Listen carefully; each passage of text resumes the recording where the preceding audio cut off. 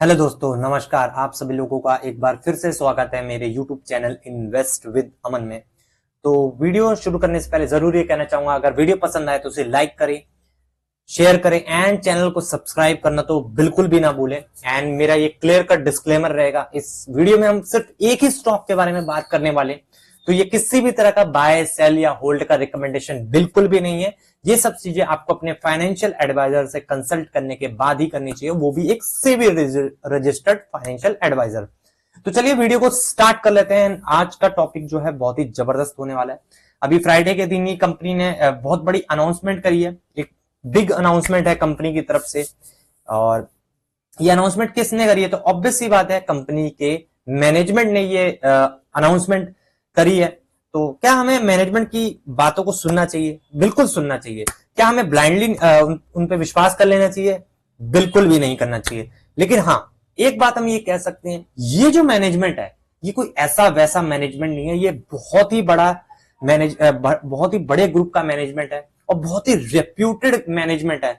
ये मैनेजमेंट जो बोलता है वो हमेशा करके दिखाता है। और अगर कुछ ऐसी दिक्कतें बीच में आ जाती हैं कि जो उन्होंने बोला है वो उसको नहीं कर पा रहे हैं, तो वो उसको एक्सेप्ट भी करते हैं, यानी कि अपनी गलतियों को छुपाते नहीं है, बल्कि उनको पूरी तरह से अपने शेयर होल्डर्स के सामने बयां करते हैं कि हाँ भाई ये दिक्कतें हैं, इस वजह से हम अपने टारगेट को मीट नहीं कर पा रहे। तो ऐसे मैनेजमेंट की ये कंपनी है, बहुत ही ज्यादा रेप्यूटेड मैनेजमेंट है। और जिस स्टॉक के बारे में इन्होंने बात करी है, जिसके बारे में इन्होंने अनाउंसमेंट कर रखी है, वो एक ग्रोथ स्टॉक भी है। उस सेक्टर में एक ग्रोथ भी है, बहुत तगड़ी ग्रोथ है। और आने वाले टाइम में बहुत अच्छे ये जो है इस प्रकार की कंपनीज कर सकती हैं। और भी कई ग्रुप्स की ऐसी ऐसी बड़ी बड़ी कंपनीज हैं जो इसमें एग्रेसिवली काम कर रही हैं। तो हम बात कर रहे हैं सोर्स ऑफ पावर जनरेशन, यानी कि पावर सेक्टर से रिलेटेड ये कंपनी है। बहुत से लोगों को शायद यहां से अंदाजा लग भी गया होगा कि मैं कौन सी कंपनी के बारे में बात करने वाला हूं। तो हाँ, ये जो कंपनी है ये पावर सेक्टर से जुड़ी हुई कंपनी है। और जिस ग्रुप की मैं बात कर रहा हूं वो भी आई थिंक बहुत सारे लोगों ने गेस भी कर लिया होगा। और मैं जिस ग्रुप की बात करने वाला हूं उस कंपनी का नाम है the Tata power company limited. तो आप देख ही सकते हैं फ्राइडे के दिन 1-2% के आसपास की तेजी। तो आप कह सकते हैं कि इतना बड़ा अनाउंसमेंट किया लेकिन 2% की तेजी। लेकिन आपको देखना चाहिए कि ये कंपनी ऑलरेडी बहुत बड़ी है, 1,40,000 करोड़ की कंपनी, तो एक बिग लार्ज कैप कंपनी है। तो ऐसी लार्ज कैप कंपनी में अगर 1-2% की तेजी भी है तो वो भी एक काफी अच्छी तेजी मानी जाती है। तो ऐसा क्या बोल दिया मैनेजमेंट ने कि बहुत ही एग्रेसिव टारगेट भी दिए हैं उन्होंने, बहुत अच्छे टारगेट्स हैं।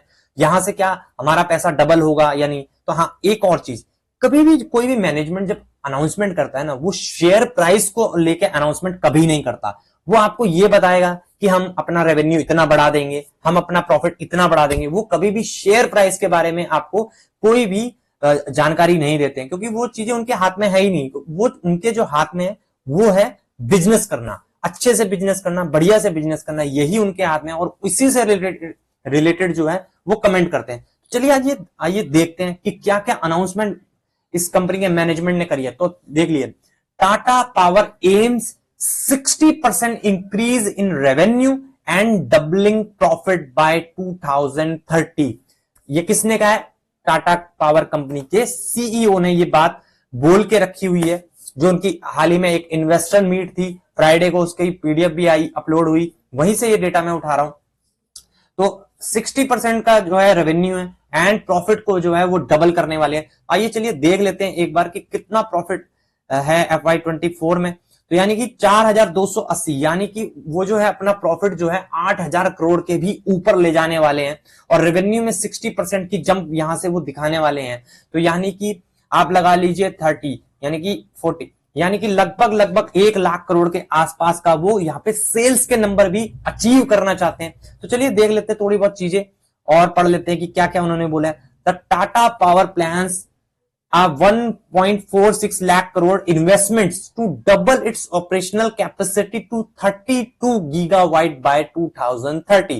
तो टाटा पावर जो है 1,40,000 करोड़ का इन्वेस्टमेंट करने वाला है to double its operational capacity to 30 gigawatt, यानी कि ऑलरेडी अभी कितनी है, यानी कि 16 gigawatt. Focusing on the renewables, सबसे इंपॉर्टेंट चीज, रिन्यूएबल, ये जो सारा पैसा जाने वाला है ये रिन्यूएबल एनर्जी में जाने वाला है। आप इस फोटो में देख ही सकते हैं कि अलग अलग प्रकार से जो एनर्जी सोर्स बनाए जाते हैं, लेकिन वो यहाँ पे सबसे ज्यादा फोकस करने वाले हैं रिन्यूएबल एनर्जी की तरफ, क्योंकि यहाँ से जो है ना पॉल्यूशन होता है बहुत ज्यादा, और रिन्यूएबल की तरफ ये धीरे धीरे जाना चाहते हैं, रिन्यूएबल में ही सारा का सारा पैसा वो लगाना चाहते हैं। क्यों टाटा पावर जैसी कंपनी, जो आप देख सकते हैं पिछले 11 सालों से नीचे नीचे नीचे ही जा रही थी, एकदम से यहां से टर्न अराउंड क्यों हुआ?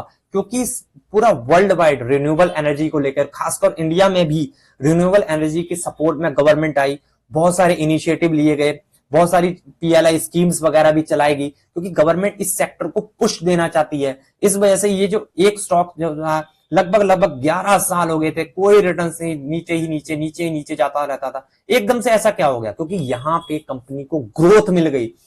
कई सारे लोगों को ये डाउट रहता है कि पावर कंपनी पैसा तो एक तो बेसिक नेसेसिटी है, हमें तो 24 घंटे पावर चाहिए, फिर भी ये कंपनी के शेयर प्राइस भागते क्यों नहीं? ये सवाल पूछे जाते थे 2020 से पहले।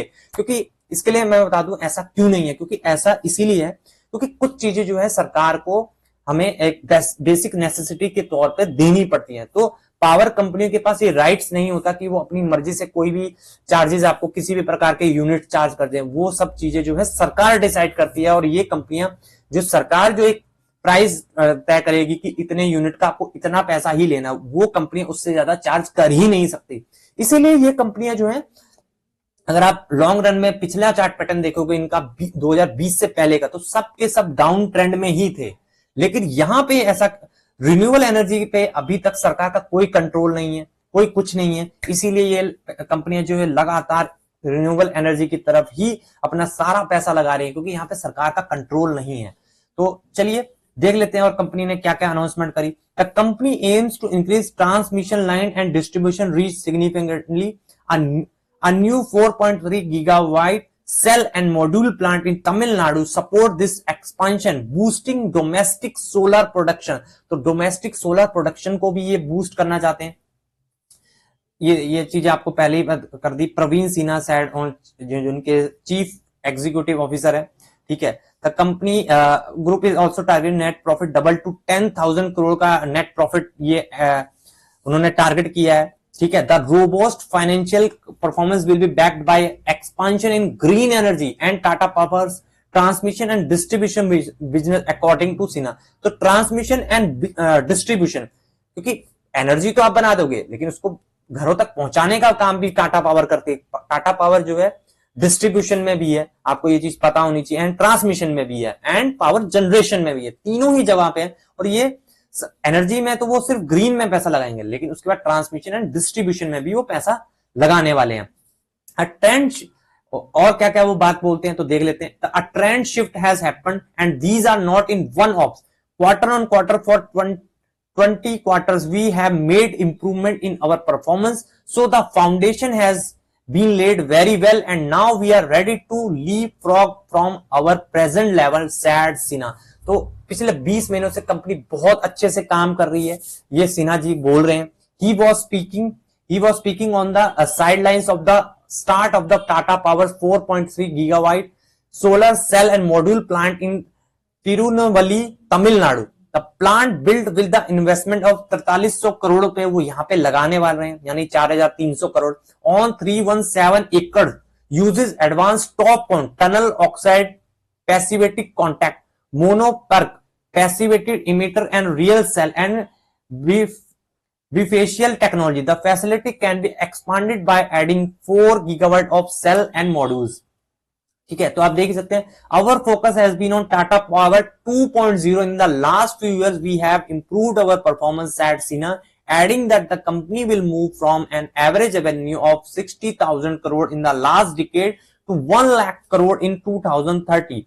Earning before interest, tax, depreciation and amortization or EBITDA will cross 30,000 crore by 2030 from about 14,000 crore in the last fiscal।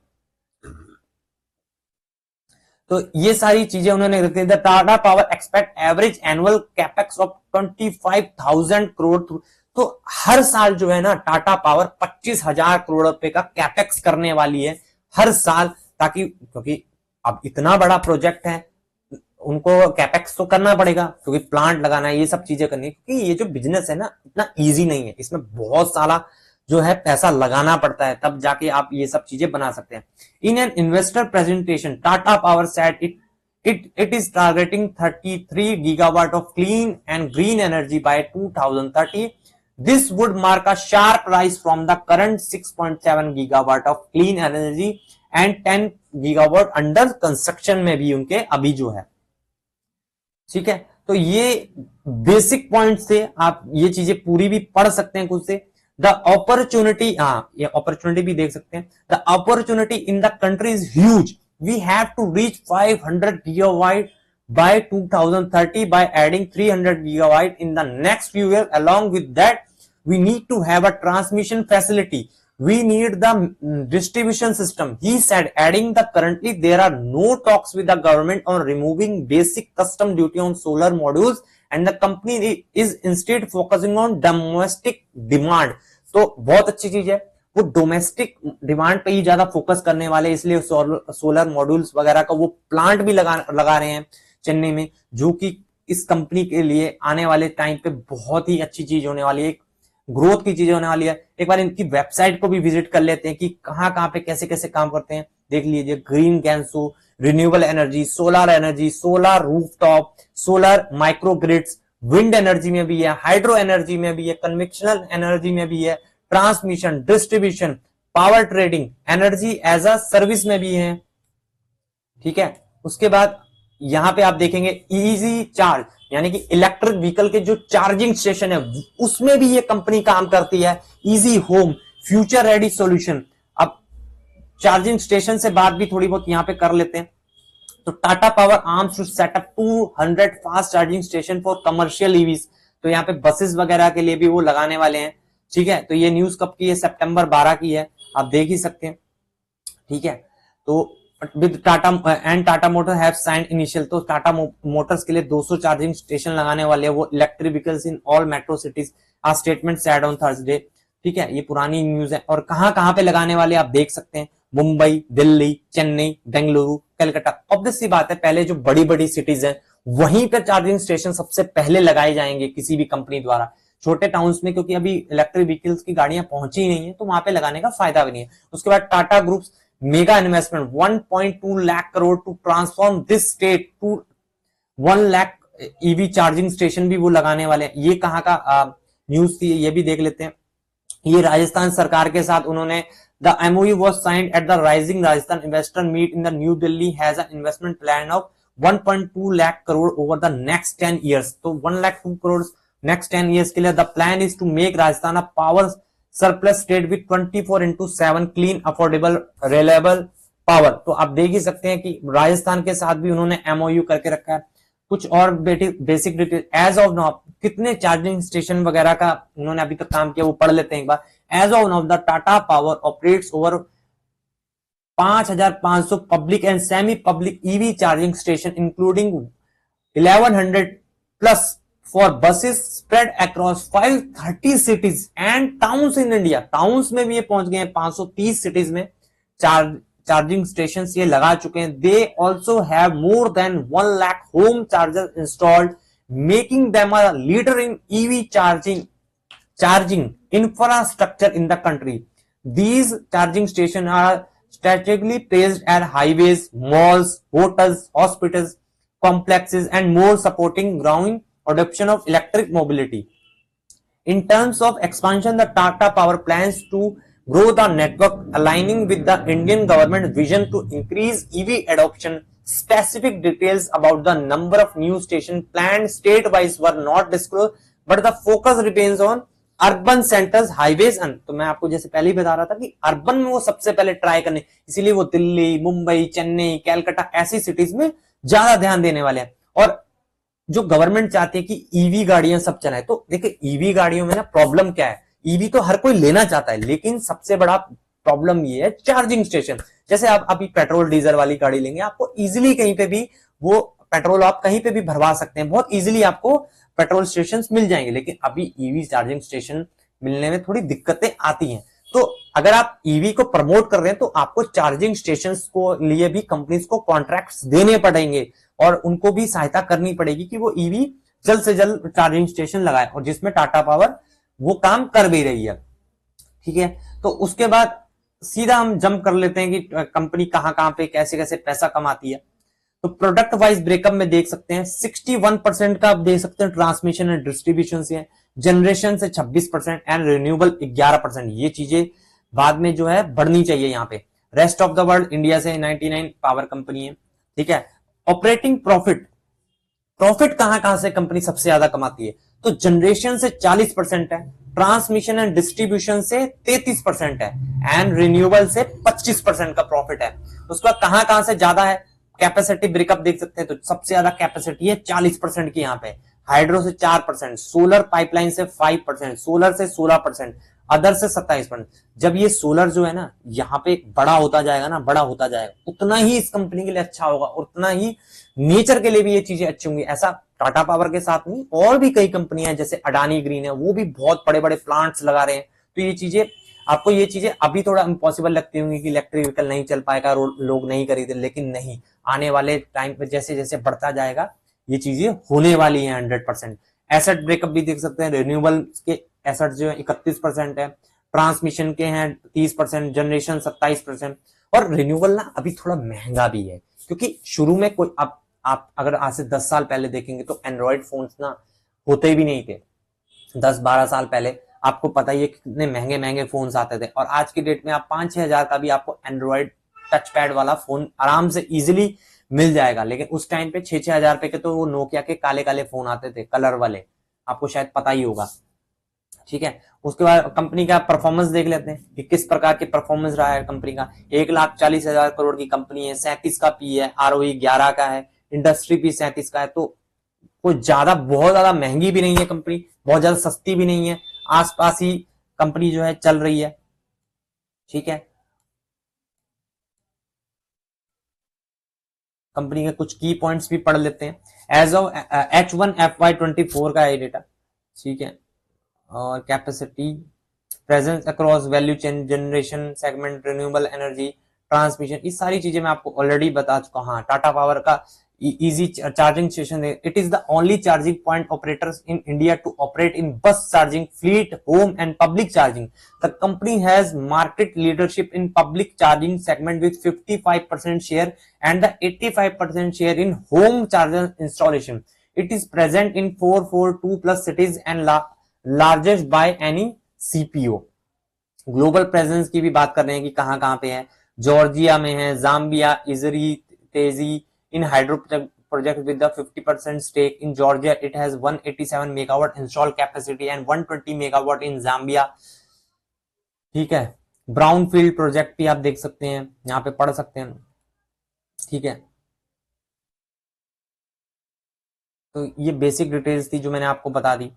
ठीक है, पी रेशो भी देख लेते हैं हिस्टोरिक पी के हिसाब से, पिछले 5 सालों के पी के हिसाब से कैसा था। क्योंकि पहले तो ये कंपनी आपको पता ही है कि यहाँ से टर्न अराउंड हुआ, तो आप देख ही सकते हैं कि एक टाइम पे इसका पी जो है 54-55 के आसपास पहुंच गया था, अभी 37 पे। तो बहुत ज्यादा महंगी नहीं है कंपनी। पिछले 5 साल के पी की ही हम बात करें, अगर पिछले 10 साल का करेंगे तो ऑब्वियस सी बात है आपको थोड़ा महंगा ही दिखने वाला है मेरे हिसाब से। हाँ बिल्कुल महंगा ही दिखेगा यहाँ पे, क्योंकि पहले दम ही नहीं था स्टॉक में कुछ। पिछले 5 साल की बात करें तो ठीक ठाक ही है, एवरेज पी के हिसाब से देखा जाए तो ठीक ठाक ही है, डिसेंट वैल्यूएशन पे अभी भी ये मिल रहा है एक टाइम पे। तो क्योंकि इसका पी मैं आपको दिखा रहा हूँ 54-55 का चल रहा था 2021-22 में, क्योंकि उस टाइम पे कुछ ज्यादा ही हवा हो गई थी इसकी रिन्यूएबल्स की। उस टाइम पे ये एक मैसिव बुल रन पे था। कौन कौन इसके कॉम्पिटिटर हैं, NTPC, power grid, Adani power, Adani green, NTPC green, JSW energy. ये एक कंपनी और है जेएसडब्ल्यू एनर्जी, जो कि बहुत इंटरेस्टिंग कंपनी है, आप इस कंपनी को भी जरूर स्टडी कर सकते हैं। ठीक है, उसके बाद नीचे इस बार के नंबर्स देख लेते हैं थोड़ा कि किस प्रकार के थे। सितंबर 2024, सितंबर 2023 सेल्स थी 15,738, इस बार की थी 15,698। प्रॉफिट था 1,017 और इस बार का था 1,093। ईयरली थोड़ा से जंप, क्वार्टरली थोड़े से डाउन, तो ठीक ठाक ही परफॉर्मेंस था, कोई ज्यादा एनर्जेटिक नहीं था। पिछले 5 साल के प्रॉफिट्स की बात करें 1316, 1439, 2156, 3800, 4200। तो आप देख सकते हैं कंपनी कंसिस्टेंसी के साथ, अगर पिछले प्रॉफिट्स आप देखेंगे तो आप देख ही सकते हैं 457, फिर ये 2600, 1300, फिर 1300 पे लुढ़क के आ गया सीधा। लेकिन यहां से कंपनी ने एक्चुअल टर्न अराउंड शुरू किया 2100, 3800, 4200, तो काफी अच्छा परफॉर्मेंस, डिसेंट परफॉर्मेंस कंपनी दे रही है। बैलेंस शीट भी देख सकते हैं, 33,000 करोड़ के रिजर्व है, कर्जा भी है, क्योंकि ऑब्वियस सी बात है ये एक महंगा बिजनेस है, प्लांट लगाना है, ये सब लगाना है, इनमें बहुत ही मोटा मोटा पैसा लगाना पड़ता है, तो कंपनी को कर्जा लेना ही पड़ता है। लेकिन कर्जा लेना कोई पाप नहीं होता अगर कंपनी साथ के साथ प्रॉफिट भी जनरेट करने में कामयाब हो रही है। तो सबसे अच्छी बात है cash from operating income, cash कमा पाते हैं ये जो धंधा करते हैं। उसका शेयर होल्डिंग पैटर्न देख लेते हैं, 46% की हिस्सेदारी, 47 के आसपास प्रमोटर्स के पास, एफआईएस 9%, डीआईएस के पास 16-17% की हिस्सेदारी, पब्लिक के पास 27% की हिस्सेदारी, तो well balance share holding pattern है। ठीक है, तो कंपनी ने अनाउंसमेंट किया, वो सारी चीजें मैंने आपको बता दी है। और ये इन्वेस्टर प्रेजेंटेशन आपको भी अगर पढ़नी है तो आप बॉम्बे स्टॉक एक्सचेंज की वेबसाइट पे जाके, यहाँ पे कॉर्पोरेट अनाउंसमेंट में जाके ये इन्वेस्टर प्रेजेंटेशन को पढ़ सकते हैं। ये मैंने ओपन भी करके रखी हुई है, अगर आप इसको नीचे नीचे स्क्रॉल करेंगे तो आई थिंक वहां पे उनके टारगेट्स वगैरह आपको दिखेंगे। एक बार मैं आपको दिखाई देता हूँ, थोड़ा सा ऊपर जाना पड़ेगा।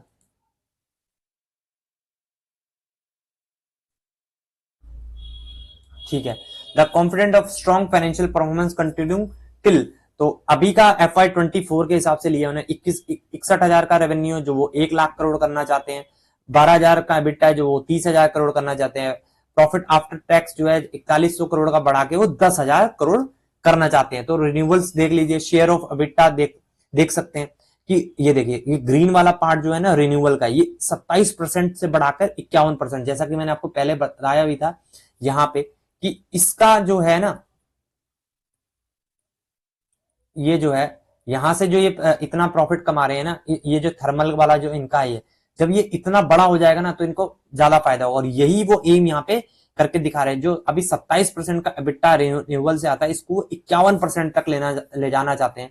और कोल वगैरह का जो हिस्सा 30% है उसको रिड्यूस करके 12 पे ले जाना चाहते हैं। यही चीज यहाँ पे दिखाई दे रही है। और पैड भी आप देख सकते हैं, प्रॉफिट का हिस्सा वो ज्यादा से ज्यादा रिन्यूएबल से कमाना चाहते हैं। तो एक छोटा सा देख लिया, दिखा दिया मैंने यहाँ पे आपको।